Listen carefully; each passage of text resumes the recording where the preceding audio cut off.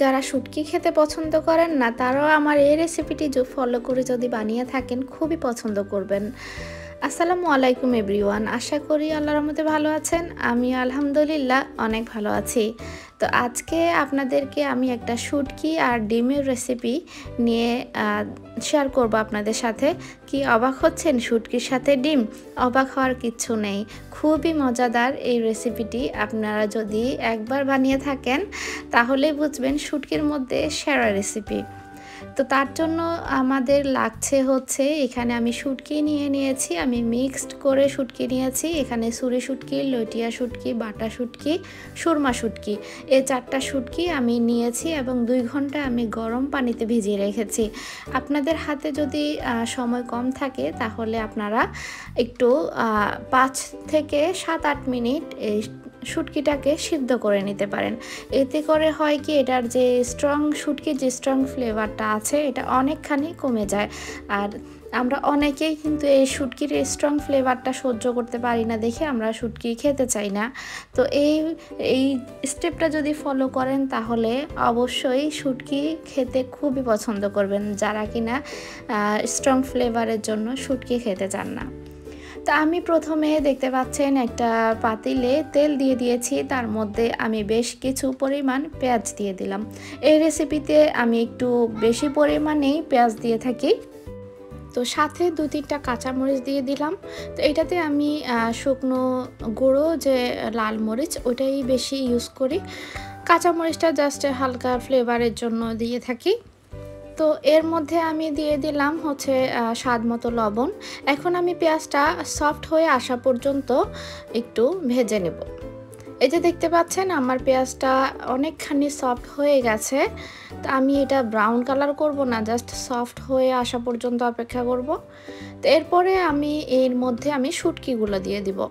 তো আপনারা নিশ্চয়ই খেয়াল করেছেন আমি মশলা দেওয়ার আগে শুটকিটা দিয়েছি।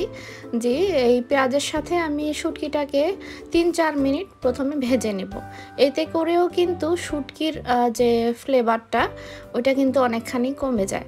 অনেকেই আসলে এটাকে ফ্লেভার যারা পছন্দ করে তারা ফ্লেভার বলি, অনেকে কিন্তু এটাকে মানে সহ্য করতে পারে না, এই শুটকির স্মেল বলে। তো আমি এখানে হচ্ছে 1 টিস্পুন আদা রসুন পেস্ট দিয়ে দিলাম। আর হচ্ছে আমি বড় একটা রসুন আমি এভাবে কেটে, এখানের এই কোয়াগুলো অনেক বড় ছিল, কোয়াগুলোকে আমি 2-3 পিস করে লম্বালম্বিভাবে এভাবে কেটে নিয়েছি। তো এইটা অবশ্যই স্কিপ করা যাবে না যদি মজার একটু স্বাদ পেতে চান তাহলে। তো তার মধ্যে আমি দিয়ে দিলাম গুঁড়ো মশলা। এখানে গুঁড়ো মশলা আমি দিয়েছি 1/2 টিস্পুন জিরার গুঁড়ো, 1 টিস্পুন হলুদের গুঁড়ো এবং 1 টেবিল স্পুন আমি মরিচের গুঁড়ো দিয়েছি। এটা একটু ঝালঝালি খেতে খুব ভালো লাগে। যারা বেশি ঝাল পছন্দ করেন তারা মরিচের পরিমাণটা আরেকটু বাড়িয়ে দেবেন।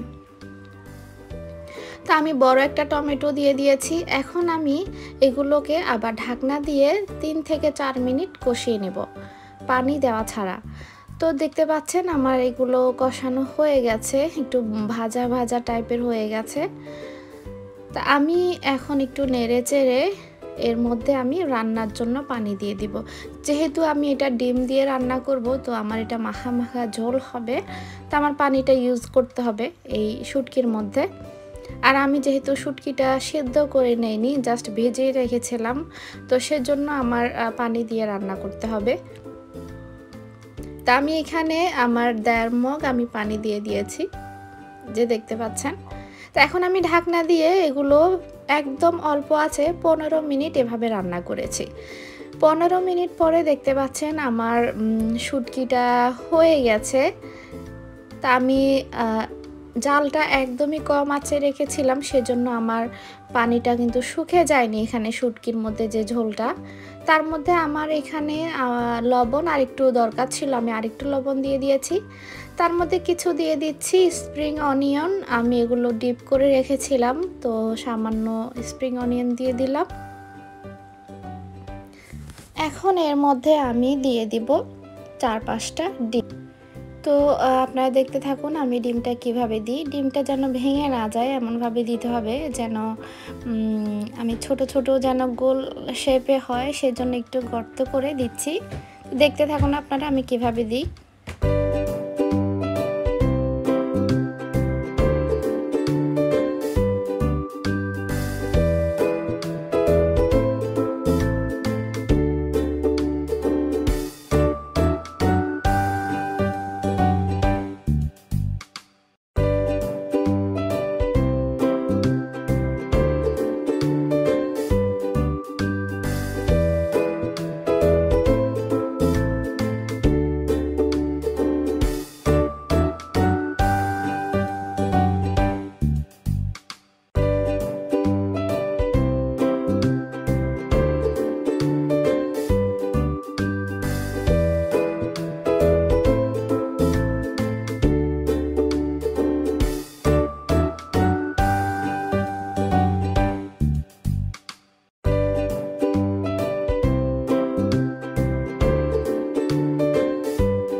তা আমি এখানে 5টা ডিম দিয়েছি, আপনারা চাইলে কম বেশি দিতে পারেন, কোনো সমস্যা নেই। তা আমি ডিমের একদম কুসুমের উপর দিয়ে হালকা একটু লবণ দিয়ে দিচ্ছি, যেহেতু আমি ডিমটা কিন্তু উল্টাবো না, আমি যেভাবে আছে এভাবেই রাখবো।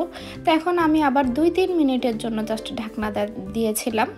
এই যে 2-3 মিনিট পরে দেখতে পাচ্ছেন আমার ডিমটা হয়ে গেছে। আপনারা যদি ডিমটা একদম কুসুমটা কাঁচা না চান তাহলে আরও একটু রান্না করবেন। তা আমার কাছে একটু কাঁচা কাঁচা কুসুমটাই ভালো লাগে, তা আমি 2 মিনিটের জন্য ঢাকনা দিয়ে রেখেছিলাম। তো এখন আমি এগুলোকে একটু উপরে উঠিয়ে দিচ্ছি সৌন্দর্যের জন্য। তা এখন উপর থেকে আমি আরেকবার কয়েকটা কাঁচামরিচ আর হচ্ছে একটু ধনিয়া পাতা দিয়ে আবার 2-3 মিনিটের জন্য ঢাকনা দিয়ে দিব।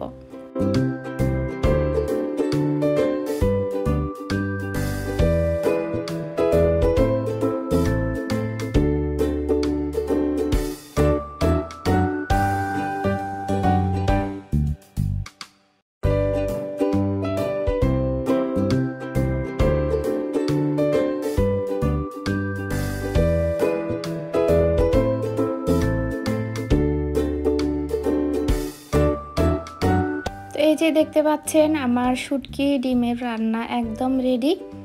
আশা করি আমার আজকের এই ভিডিওটি আপনাদের ভালো লেগেছে। ভালো লেগে থাকলে অবশ্যই like, comment, share and subscribe করে আমার পাশে থাকবেন। আর যারা অলরেডি আমার পাশে আছেন সাবস্ক্রাইব করে তাদেরকে অসংখ্য অসংখ্য ধন্যবাদ। আর যারা রেগুলার আমার ভিডিও দেখেন তাদেরকে অসংখ্য অসংখ্য ধন্যবাদ আমার ভিডিওগুলো দেখার জন্য, পছন্দ করার জন্য, সুন্দর সুন্দর কমেন্ট করার জন্য। আপনাদের কমেন্ট পেলে আমার খুবই ভালো লাগে, খুবই ভালো লাগে সুন্দর সুন্দর কমেন্টে পেলে।